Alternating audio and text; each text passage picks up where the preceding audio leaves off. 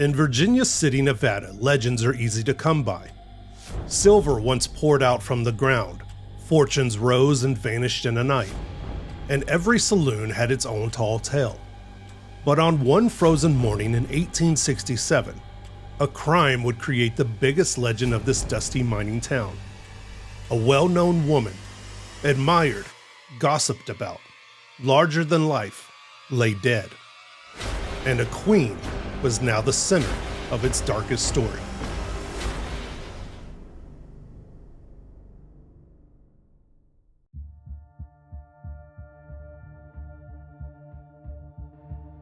Julia Bulette was born in London in 1832. Later, she would immigrate to New Orleans and then California. She arrived in Virginia City, Nevada in 1859, when the Comstock lode, the richest silver strike in American history, was pouring out fortune and chaos in equal measures into its muddy city streets. Julia, though, stood apart. She lived alone.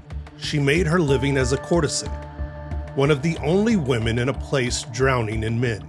But she wasn't just another soiled dove in a town of saloons. She gave money to charities. She nursed the sick through epidemics. She hauled buckets of water during fires alongside firefighters and miners who adored her.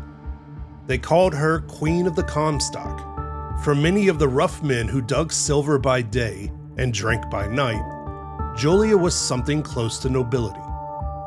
On the morning of January 20th, 1867, Virginia City stirred awake under a thin crust of snow. Smoke from the chimneys curled into the cold sky, and for once, the saloons were quiet. A neighbor knocked at Julia's cabin. No answer, but the door creaked open. Inside, the air was heavy, a bed unmade, a figure lying still. Julia Bulette, so often the brightest spark in every room, was lifeless, her face marked by violence. Her silks and jewels, the tokens of her independence, were missing. The discovery rippled through town. Virginia City was no stranger to sudden death. Mine collapses, barroom brawls, fevers that swept whole camps away. But this was different. Julia wasn't just another victim. She was a woman that everyone knew. The Comstock had lost its queen, and the shock was immediate. Newspapers reached for poetry, a martyr, a fallen angel. For once, miners and merchants, rich and poor, all seemed to grieve the same. The investigation that followed was chaotic. Multiple men were arrested, rumors swirled of accomplices, and for a time the case seemed to lurch in every direction. But soon the focus landed on John Mullane, a French drifter caught with Julia's jewelry in his possession. By then, the newspapers had already made up their minds. They called Mullane a cold-blooded murderer, a braggart, a villain out of a dime novel. His defense would argue that the case was circumstantial, built on suspicion more than proof. But in the eyes of the press, and many in Virginia City, the verdict was already written. When the gavel came down, Mullane was found guilty of murder and sentenced to hang. But the trial wasn't the end. Mullane's case went to the Nevada Supreme Court, the state's first capital case, and one of the most important in its young history. Here, his lawyers made their final stand.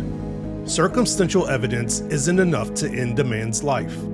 But the Nevada Supreme Court justices struck it down. They ruled that circumstantial evidence, when strong enough, could sustain a conviction, that appeals to sympathy or technicalities would not overturn a jury's verdict.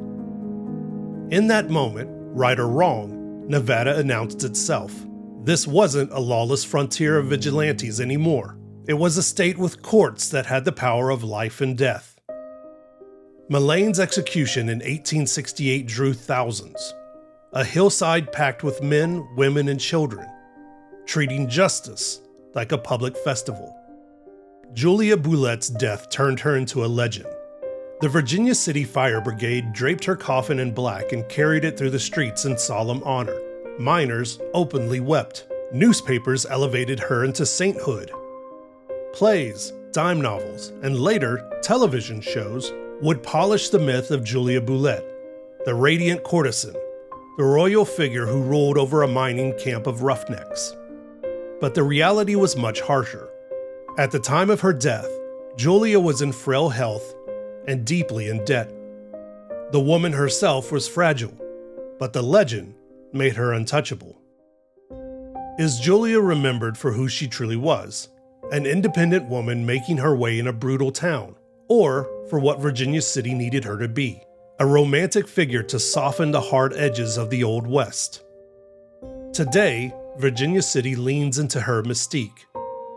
Tourists still stop at her marker, still repeat the story spun out after her death. Her name lingers in saloons and plaques, woven into the city's ghost tours and folklore.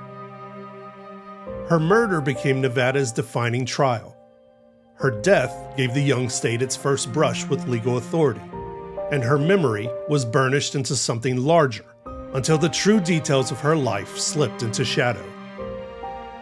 Julia Bulette's story lives in that uneasy space between history and legend. A woman murdered in silence. A trial that defined Nevada's law, in a place teetering between chaos and order. And a myth polished so smooth by retelling that the truth of who she was, the real Julia, may never fully be known. And still, her name lingers. Half history, half ghost. In the streets of an old mining town.